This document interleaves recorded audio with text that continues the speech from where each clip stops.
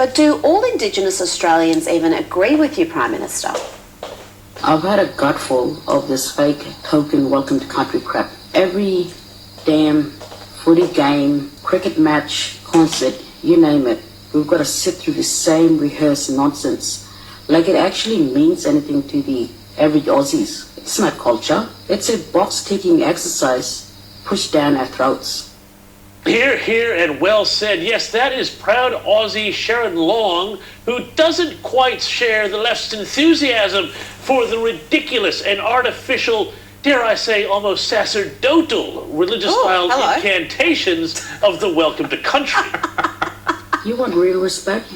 How about we honor the people who actually built and protected this country, our Anzac, our veteran, the men and women who gave their lives so that we can enjoy a beer and watch a game and live free. Instead of some awkward speech nobody connects with, let's have a minute silence before the game. Let's raise the flag, play the anthem proud, and remember our fallen. What a fantastic woman she is, and what a fantastic word we've just learned from James. Sacerdotal, there you go. Now we need to hear a lot more from proud Aussies like Sharon Long. And while we wait for Albanese to find another idiotic metaphor to torture, let's grab the latest Outsiders news. Well, there seems to be a lot of kerfuffle, doesn't there, Rita and James, around What's One Nation, Pauline, the Liberals, Angus Taylor, all of it there seems just endlessly.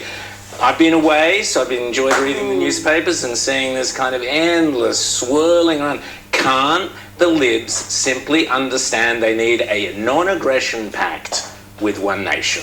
We need to defeat Labor. We need to get rid of the worst government Australia has ever had. If One Nation and the Coalition are fighting each other, they're not fighting Labor, Rita.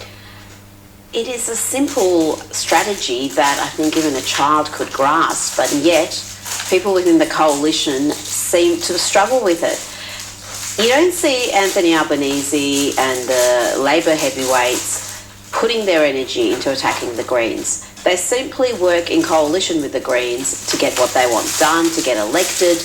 And that's the position that the coalition needs to come to with One Nation. Only One Nation is far bigger and more popular than the Greens. In fact, they're out-polling the coalition and Labor in some polls. So the coalition needs to understand its place in the world. They're no longer the big dog in this coalition.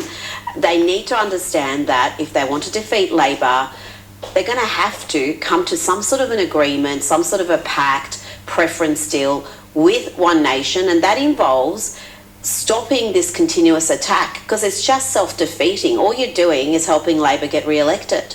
James? Well, not only are they helping Labor get re-elected, but they're also legitimizing the very critics who will then turn around and go back and attack the coalition. Exactly. So this sort of crazy Baptists and bootleggers coalition that you can see here between the mainstream media and the coalition right now is just, it's unbelievable. This is like, Lucy holding the football for Charlie Brown. This is so ridiculous that they're buying into this whole complaint. You've got all these people now over at CPAC in London hanging on every single word Pauline Hanson says, policing the debate, saying, oh, no, she's going outside the terms of legitimate debate on that, and then forcing the coalition to take one side or the other and condemn it or not. This is what the coalition is doing here. Forget One Nation. They are letting their enemies set the terms of the debate. Exactly. That is so dim, and you're 100% right. The very same people, the same media class that is condemning One Nation right now, and right now they're having an almighty tantrum about what Pauline Hanson has said on a couple of podcasts and what she said during her speech in London. They're going to turn those attacks on the coalition. Their enemy is conservative voices. And if the coalition is serious about changing immigration policy, about instilling Australian values, about actually getting involved in the so-called culture wars, they're going to be subjected to the same attacks. So you better actually get equipped in how to fight them rather than join in with your political opponents. And what we're seeing right now, the political and media class is absolutely triggered by Pauline Hanson's latest commentary. And they don't understand. She doesn't need to be the most eloquent orator in the room as long as she's got the courage to put forward some thoughts that others think but they're too frightened to articulate. She's going to get that support. She's been doing this for 30 years. How have they not figured it out yet? Exactly. Well, how have they not figured out this actually resonates with an increasing number of Australians, and condemning those Australians as bigots and racists and closed-minded isn't a solution to what you're trying to do. And we've seen it again this morning on this very station. You had the Liberal Deputy Leader just lean in again against Pauline Hanson and her commentary. Not helpful. You see, we saw it as well when I keep saying why Angus Taylor insists on going on the ABC absolutely baffles me. It's a trap. They are your enemy. They will do everything to destroy your hopes of remaining the leader of the coalition. Angus, get off the ABC. It's like a drug. Get off it. Go cold turkey. There he was. And Sarah Ferguson set the oldest trap in the political book. Will you rule out a deal with One Nation? And after stuttering and mumbling and carrying on, obfuscating for 5 minutes, finally Angus Taylor fell right into the trap. Kabang went the jaws. Yes, I will rule out any deal. I mean, so stupid. Anyway, I can't believe it. But the point is that where you are, let's just play a clip. But why would you rule that out? Who are you going to do a deal with, Angus? Are you going to do a deal with Labor? Are you going to do a deal with the Greens? You have zero chance of being elected in your own right.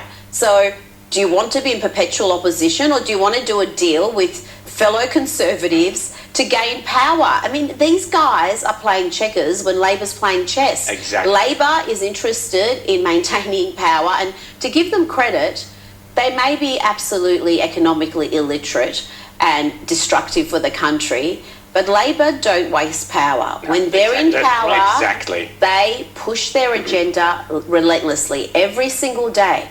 The coalition, I don't know what they're doing. And the converse is when they are not in power, they don't waste their time and their breath fighting their own people, as James was saying earlier. But the reality is that the coalition particularly need to find a form of words, but also within One Nation just says, this is our policy, this is what we're doing. One Nation has their policy, that's what they're doing, but the enemy is Labor. Every sentence needs to finish with Labor must be defeated. Put Labor last. That should be the final comment on any discussion, any TV interview, on any station that any member of either One Nation or the coalition finishes with. Every sentence has to be put Labor last. That's it. End of interview. I'm out now. More than that though, both the coalition and the One Nation Party, they have their own areas of strength. Exactly. So if they want to, you talk about, a non-aggression pact, but also I say, why not divvy up the topic areas? There's a lot of people still within the coalition, the Liberal Party, who are still terrified to talk about migration in the way that we would like to see it spoken about. Let One Nation deal with that. Exactly. Let the Liberals deal with the serious problems, the structural problems that Labor is locking in to the Australian economy that are making us poorer and poorer every year, both in absolute and relative terms. Fight on the ground that you are strongest on. Absolutely. One Nation, they're not going to have, it's not the economic policy powerhouse. Let's just be frank about that, But you've got a lot of good brains in the Liberal Party for that. But One Nation also isn't afraid to say things, about what migration policy ought to be. Whereas the coalition, again, they try so hard, to come up with something that's good on that. But then they say, okay, well, we're going to keep it to the migration, to the number of homes we build. Which, if you're out there in Punterland, you're saying, okay, so you're letting property developers determine our migration intake. That's not the way it works. It's completely backwards. But the coalition, because we know the permanent bureaucracy pretty much runs the show. Yeah. And they would be telling the coalition as well as Labor that without mass migration, we would be in a recession. Exactly. It is that sugar hit they're getting Yeah, that's from right. extra numbers in the country that's making the economic data a bit more palatable, and that's why you're seeing your living standards drop, you're seeing these cost of living pressures, whilst the economic data shows, oh yeah, we're still growing at a... But the economic, I'm going to show you a graph, we're going to pull it up here in a second, but it shows basically the per capita. Here we go, per That's capita what matters. growth. Per And this is capita what really matters. This is an article in the Spectator Australia.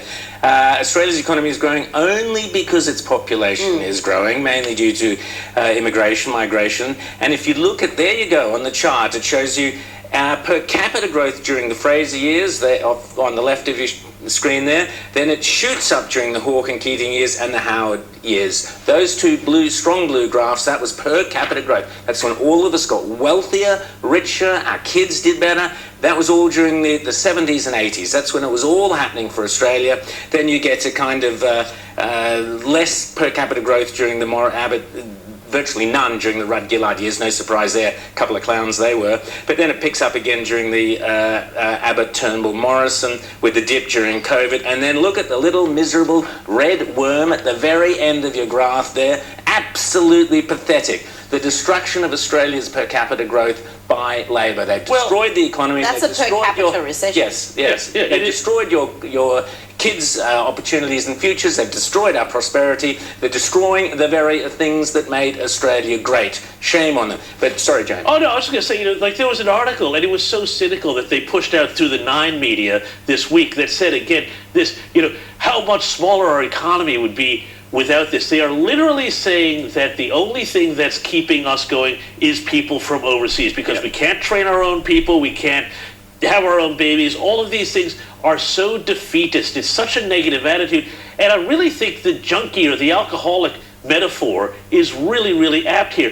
This is like saying, what Labor is saying is like somebody who is a complete 2 bottles of bourbon a day drunk saying, hey, I can't get off the booze because if I get off the booze, I might start seeing bats and I won't be able to stop shaking. This is not a healthy situation that we're in. We have a problem. We need to do something about it. They're saying the quiet bit out loud. They're unashamed about it now, saying that without this influx, economically we're going to struggle. But if that influx came with increased living standards, I'd say, okay, perhaps worth it. But we are seeing our living standards drop, and that is something that's being felt across the board, whether you're in a socioeconomic group that's struggling or whether even you're in the sort of upper income bands, you are feeling this hit. People are hurting, and you can see that with, it's going to get worse with the housing crisis that they've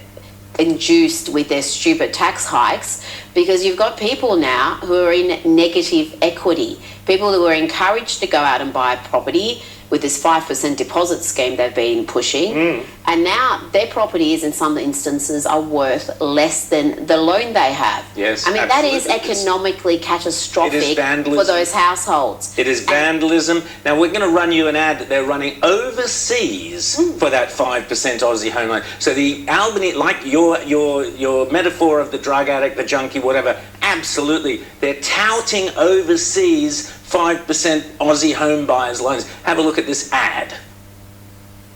對好多澳洲人而言，置業似乎遙不可及。但而家澳洲政府5% deposit scheme 已經推出新安排，所有首次置業人士都可以受惠，收入上限已被取消，而合資格住宅範圍亦。This is the sort of thing that gives me, and I think an awful lot of people, an absolute aneurysm. I could feel my blood pressure absolutely spiking during that. This is the thing. We are actually now at this point now where we've just, it is now literally, they are playing into every single criticism that people on this show, a lot of people in One Nation, some people in the Liberals have had about the migration policy. Tony Abbott has been exceedingly articulate on this.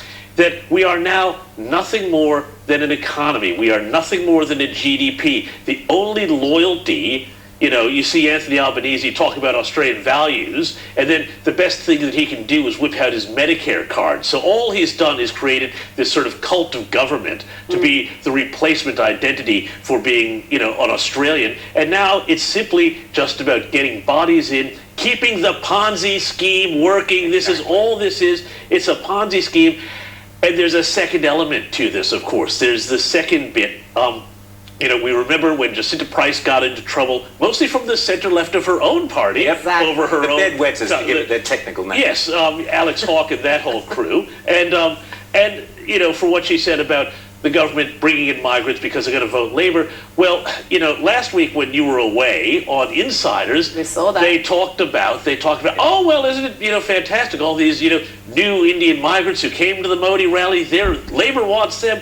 And now, the Daily Telegraph, my friend Matthew Benz has reported a great story that local councils in Western Sydney are being pushed to increase the number of citizenship ceremonies amid accusations the federal government is trying to mint new Labour voters before the next election. The idea now is so cynical, it is to use migration to lock in a permanent Labour advantage. This is what we're up against. Well, they've brought in so many people that they're now big waiting lists for citizenship ceremonies. So they can turn elections. When you've got marginal electorates, that could turn an election if you go and naturalise a few thousand people who predominantly vote a certain way. And let's not forget, what Jacinta Price said was based on what a Labor pollster had stated. He can say it without any issue. Yep. And he was saying he was talking specifically about Indian migration, which is the biggest growing sector, will overtake, will be number one shortly.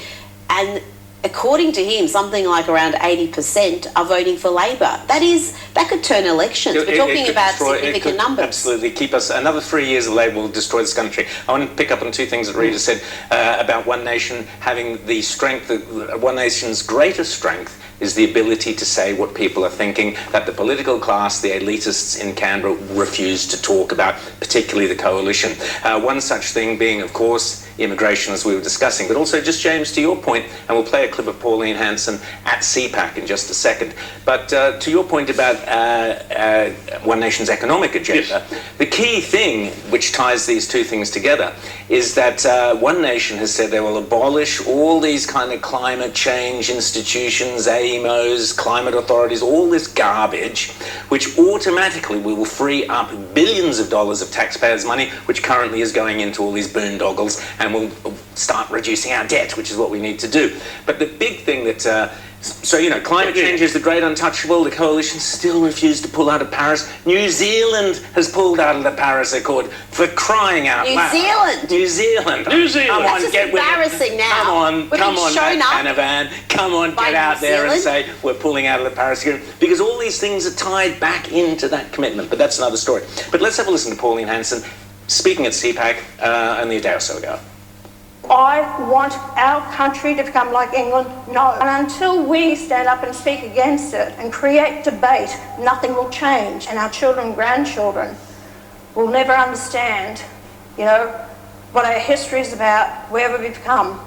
And do not apologise for being white. So Pauline's been talking about things like banning the burqa, which many countries do ban the burqa, for the obvious reason that the burqa, particularly with women under 18, for young girls, it's a form of segregation, it's a form of reverse integration, reverse assimilation. It's taking a group of the community, a vulnerable group in the community, and saying, you're not going to look like the rest of the mainstream, mono or whatever culture you want to call it, but the mainstream, we're segregating you. The burqa, to my view, is every bit as segregationist as putting Rosa Parks at the back of the bus. That's what it is. And to say, let's ban the burqa is not controversial. There are many countries around the world who do it for that very reason. We need assimilation. We need integration. We need our cultures brought together under the Australian culture. That's not hard. Then you get on... sorry, James. Oh, no, go ahead. No, I was going to say, it's interesting because this is the one area where I think, and we talk about Pauline Hanson speaking in a sort of a demotic fashion that, doesn't necessarily meet with sort of, the elite way of speaking. Trump does the exact same thing. The one concern I had about the bringing up the burqa thing is it feels like a bit like they're trying to graft the British and French and European problems that they have with migration, which were much more illegal based and refugee based and Islam based, with our problem in Australia. Our problem in Australia is actually the legal immigration system and the size of that. And I just think that it needs to be very targeted about. Well, let's ask someone who wore a burqa as a 3-year-old. No, I never wore a Sorry, bloody whatever burqa. it was. What do you mean? A hijab. Hijab, okay. No, Iranians don't wear burqas. Even the Islamists don't go that far. So that's how radical it is. I mean, even some. I rest my case. Yes, the burqa is frowned upon in many Muslim countries. Yeah. So there's a profound misunderstanding, I think, amongst the Australian media class, the political class, or the leftist about this burqa debate. It's twofold. It's one, a symbol of Islamism, but it is also, as you said, a tool of oppression. It is a tool of gender apartheid where you're completely dehumanising someone who is, and they would say, oh no, it's a choice in the West. I would argue it's never a choice unless you want to be ostracised by your family and your community and perhaps even be subjected to violence in some cases. So I think it's a simple thing. You're right, James. We don't have the issues that, say, France has with Islamism and having a significant problem with the intake they've had. Yeah. But it's a symbolism. So if you can't even tackle it in a country like Australia, where the number of people wearing a burqa is so minimal, then it shows you don't really have control of your country. You don't have control of the debate. If you can't eliminate something that is a very minor problem with ease, and it becomes a huge issue, then really, how are you going to tackle the bigger issues where it is consequential? Yeah. No. So I don't have a problem with One Nation bringing up the burqa question. Look, I agree with you on that. All I was trying to say was this idea that we have to make sure that the solutions that they're talking about are targeting the Australian issues, and I think it's a much bigger problem that, frankly, you have huge swathes of our outer suburbs in Melbourne, in Sydney, and other cities here, where English is not the first language, where it's just simply the culture is. You want to talk monoculture? It's called monoculture, but in different directions, based on different groups which congregate together.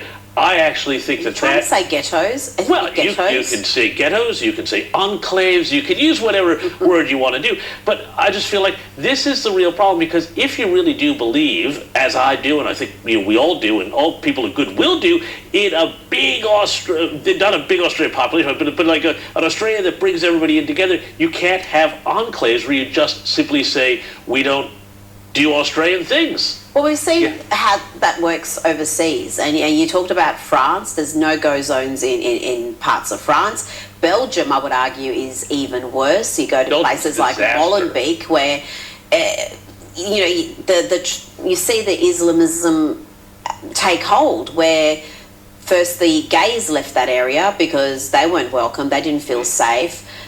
Increasingly, women don't feel safe there, and that monoculture takes hold. Look at Sweden. Look at Sweden. Look at also, North James, England. I'm going to pick up with something you were saying. You're saying we don't have the problems here that Europe has. I would disagree with that. I'm sorry. We are, if you rewind the clock to 10 years ago, 20 years ago, Molenbeek in Brussels, or various areas, the banlieue of Paris, and so on and so forth, we're having the same discussions we're having now. I agree with you that there's a difference between legal and illegal immigration, but that's not ultimately the debate. The debate ultimately is about how the way you are bringing in more and more people or cultures or persuasions or political ideologies that are at odds with the so-called mainstream culture of a nation. That's the issue. That's what Pauline's warning about in various different ways. That's what you've referred. That's what you both referred to. That's the debate we have to have in this country that the coalition have shied away from. Not only have they shied away from it, they've joined the media in attacking this notion of monoculture, completely misrepresenting what it actually means, and reaffirming their blind support for multiculturalism when we really want to have multi-ethnicity, but have one prevailing set of Australian values. And that is all what it's not complicated, like you said. A 3-year-old, like you said earlier, Rita, can understand it. But no. A 3-year-old at kindergarten understands. Well, 2 points on that. I mean, I think one of the things that Pauline gets really, really right is that she says we should not have to apologize for the Australian culture that is here, that is extant, that has been here since settlement, that is a good thing. I would go further. I would say that we need to, as a society, as a civilization, as part of Western civilization, be unapologetic about the fact that Western Christian civilization has produced the most successful and prosperous societies in the history of the world. There's a reason why so many people want to come here. The model is incredibly successful. If you bring people into that model who do not then share and adopt the model, you've got a problem. And then it then also comes down to the fact that, whatever cultures you bring in, at the moment we're bringing in too many. We've had 2 million people come in since Albanese took office. It's just simply too much. And we need to have honest debates about migration from certain areas being of benefit, being neutral, or being detrimental. That is something that is just not even talked about. And in the US, with everything, with all the fraud that happened in Minnesota, they've got some very clear data about integration from certain areas, the percentage of the population who from certain areas are still on welfare after 5 years, after 10 years. Likely to engage in criminal activity. They've got enough data on that around the world. We can't shy away from that data. It doesn't mean you condemn everyone from a region, but it just means you make educated decisions that are in the best interest of the country. And that's why I think we are similar to Europe, and we are similar to the same problems. We're mercifully, hopefully, further down the track behind them, but it's the same basic issues. We're going to take a short break. We talk about this forever. We're going to take a short break. After the break, Rita's reality check.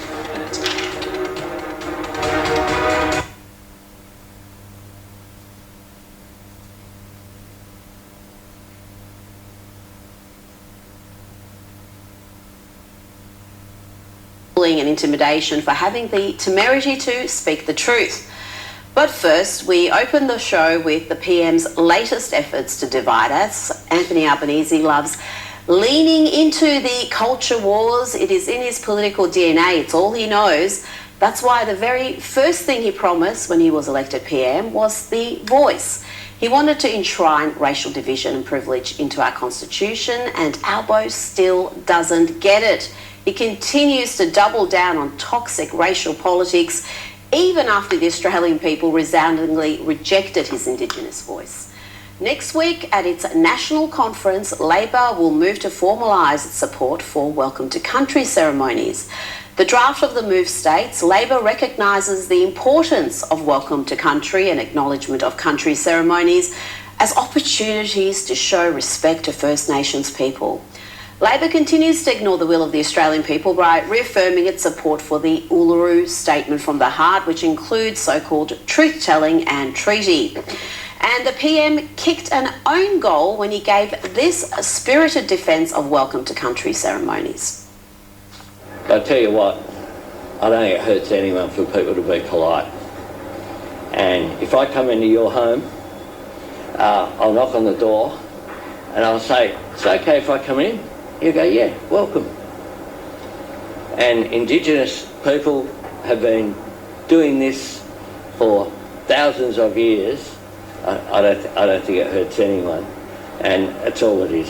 It's an act of politeness. It's someone saying, "Is it okay if I come onto your country and respect the land and waters that you have looked after?" And people welcome them. Now let's put to one side the absurd claim that this practice has been in place for thousands of years. That explanation from the PM was precisely why this practice should be dumped. She was removed from her left-leaning council's meeting by the police.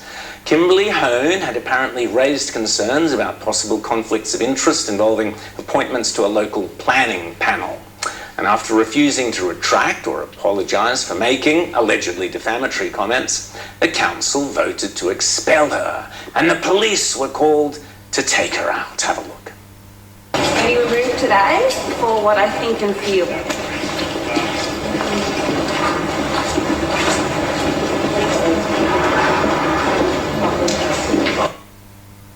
Well, one place you will find Kimberly Hone might not be in the council, but it's right here on Outsiders. Great to see you, Kimberly. Thanks for coming on the show.